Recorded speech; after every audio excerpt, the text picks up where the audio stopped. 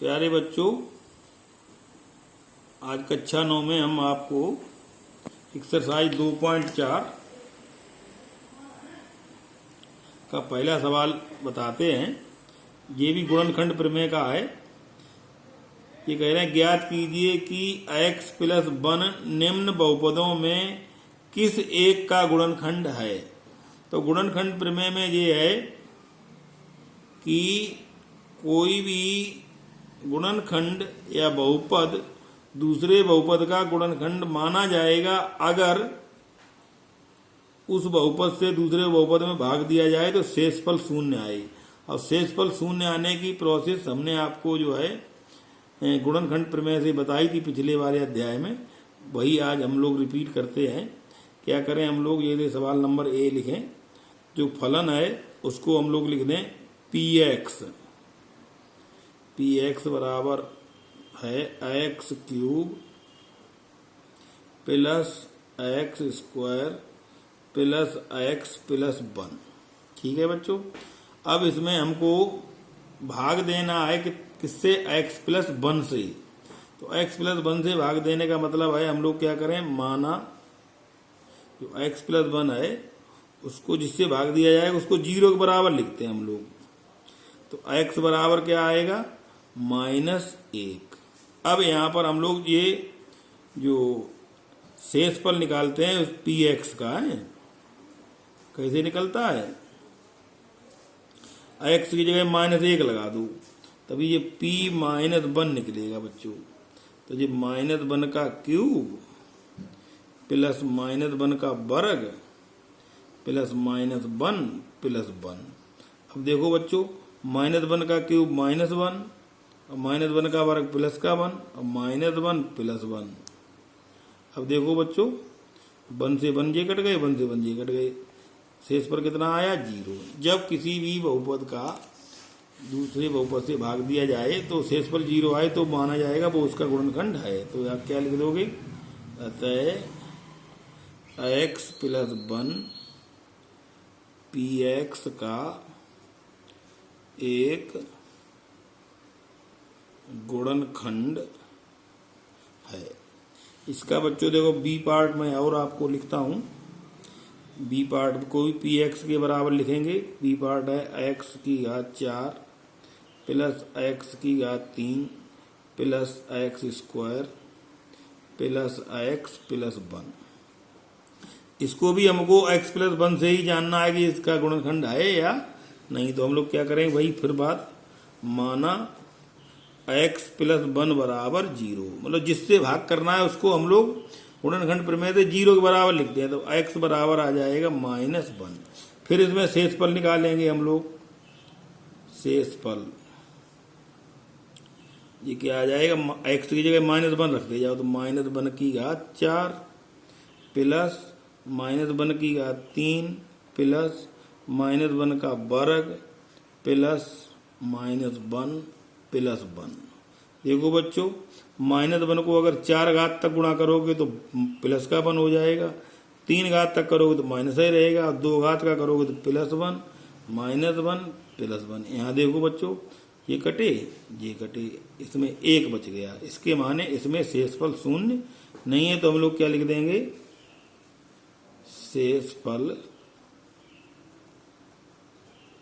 शून्य नहीं है, अतः x प्लस 1 px का एक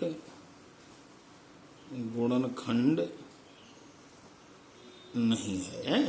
बच्चों अगर शेषफल 0 आ जाए तो गुणनखंड है। इसका देखो एक सवाल हम और आपको लिख के बताते हैं। डी पार्ट, सी छोड़ देते हैं बच्चों, है डी को px बराबर लिख देंगे हम लोग x cube minus x square minus bracket में 2 प्लस √2 x प्लस √2। इसमें भी वही माना x प्लस 1 बराबर 0 या x बराबर कितना भाई, -1। तो शेषफल निकालो इसका भी, देखो बच्चों, -1 का क्यूब माइनस -1 का वर्ग और माइनस 2 प्लस √2 इंटू एक्स है -1 प्लस √2। अब देखो बच्चों, -1 का क्यूब माइनस है 1 और -1 का वर्ग प्लस 1 हो जाएगा, लेकिन पहले से माइनस लगाओ तो -1।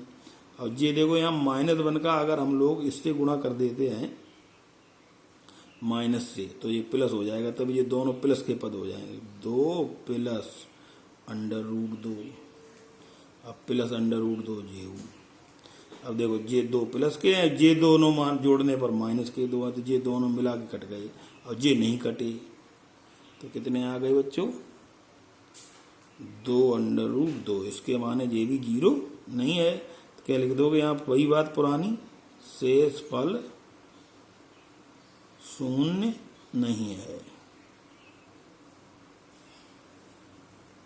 अतः x + 1 px का गुणनखंड नहीं है। ये इस तरह से हो जाएगा बच्चों। है अब दूसरा सवाल देखो, लिखते हैं, गुणनखंड प्रमेय का प्रयोग करके ये निश्चित कीजिए कि निम्नलिखित स्थितियों में प्रत्येक स्थिति में gx बहुपद px का गुणनखंड है।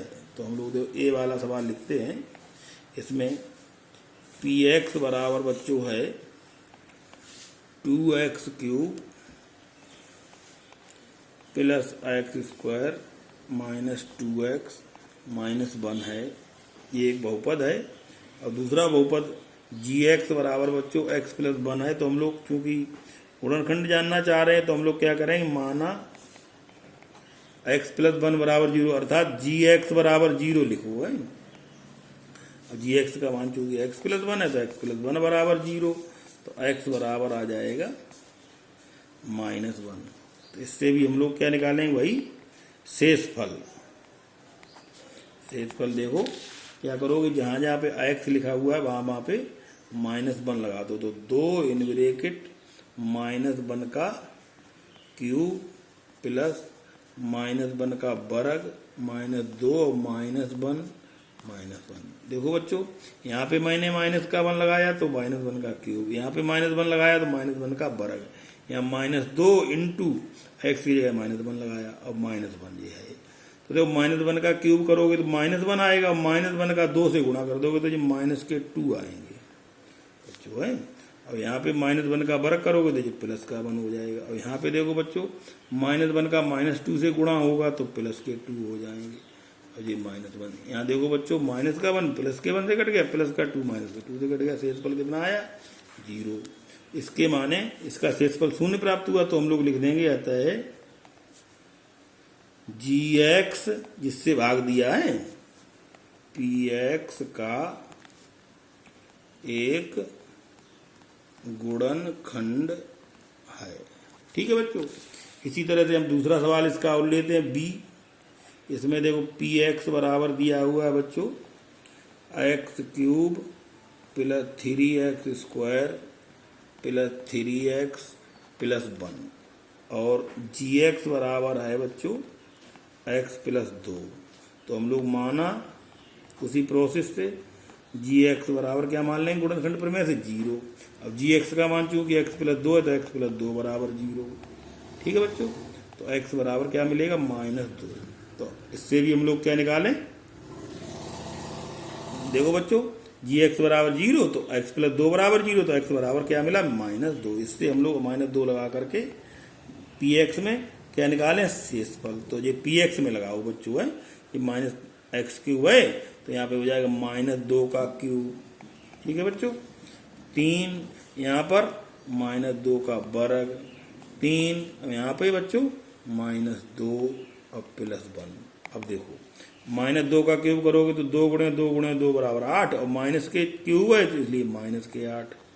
यहाँ पे -2 का वर्ग होगा +4 और इसका 3 में गुणा करोगे 12 और -3 का 2 में बच्चों करोगे तो -6 और +1। अब देखो बच्चों, यहाँ 8 और 6 14 माइनस के भाई हैं और ये +13 हुए, अर्थात कितना आया? -1। तो क्या लिख दोगे? शेषफल 0 नहीं है।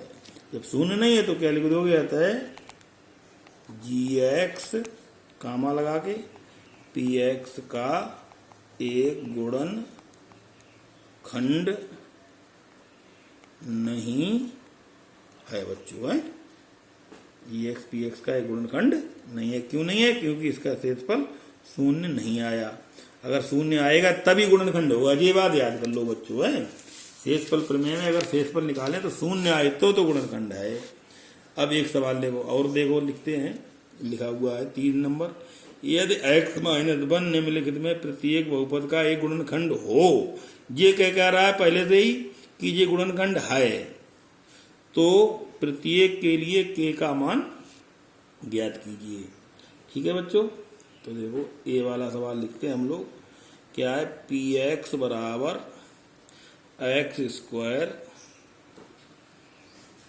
प्लस x प्लस k लिखा हुआ है बच्चों, है, और gx बराबर है x-1। अब लिखोगे आप, क्योंकि gx px का एक गुणनखंड है। ठीक है बच्चों, तो इसके माने जो px है, इसमें अगर gx का मान लगाया जाएगा x का मान करके, तो उसका गुणनखंड शून्य आएगा। गुणनखंड है तो हम लोग क्या लिखें, पहले gx बराबर 0 लिखते हैं, तो gx का मान x-1 है, तो x-1 बराबर 0, तो x बराबर बच्चों क्या आएगा, 1।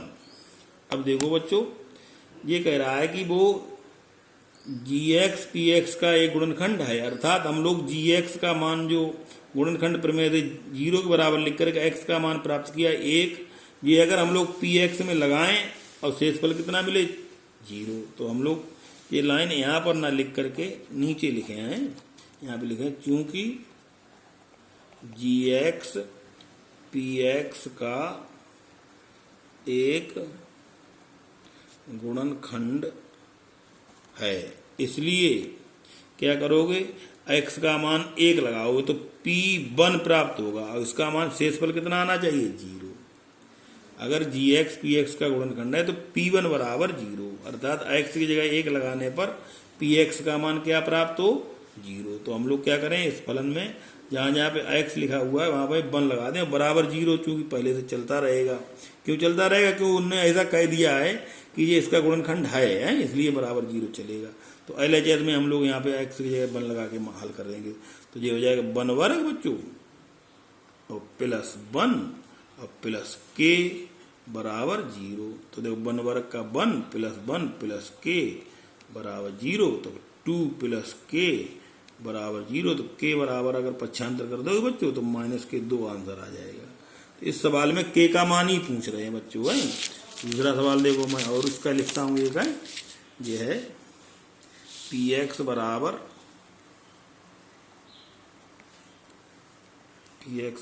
है 2x² प्लस kx प्लस √2, और gx बराबर वही पुराना है x-1। तो चूंकि माना हम लोग लेते हैं गुणनखंड प्रमेय के लिए gx बराबर 0, तो x-1 बराबर 0, तो x बराबर 1। अब यहाँ पे लिखेंगे, चूंकि gx px का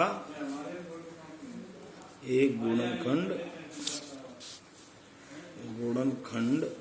है, तो क्या लिखोगे, इसमें भी वही x बराबर 1 लगाओगे तो p1 बराबर 0। अब इसमें क्या करें हम लोग, जहाँ जहाँ पे x लिखा हुआ है वहाँ 1 लगा दो, तो 2, अब 1 वर्ग प्लस k इंटू 1 और प्लस √2 बराबर 0, तो ये 2 प्लस k प्लस √2 बच्चों। ठीक है, तो अब k बराबर दोनों पक्षांतर जाएंगे तो माइनस कर लो यहाँ, 2 प्लस √2, तो k देखो बच्चों, 2 इंटू 1 वर्ग प्लस k गुणे 1 प्लस √2 बराबर 0, 2 प्लस k प्लस √2 बराबर 0। क्यों, 1 का वर्ग 1 करोगे, उसमें 2 का गुणा करो, k का गुणा 1 में करो k ये √2, तो 2 और √2 दोनों 75 चले जाएंगे, दोनों कायम जाएंगे, माइनस, तो इसलिए माइनस बाहर लगा लिया, ब्रैकेट में लिख दिया 2 प्लस √2, ये के का मान प्राप्त होगा बच्चों है। अब 2 सवाल बचे, वो अपने आप लगाइएगा। धन्यवाद है, शेष आगे बताएंगे आपको।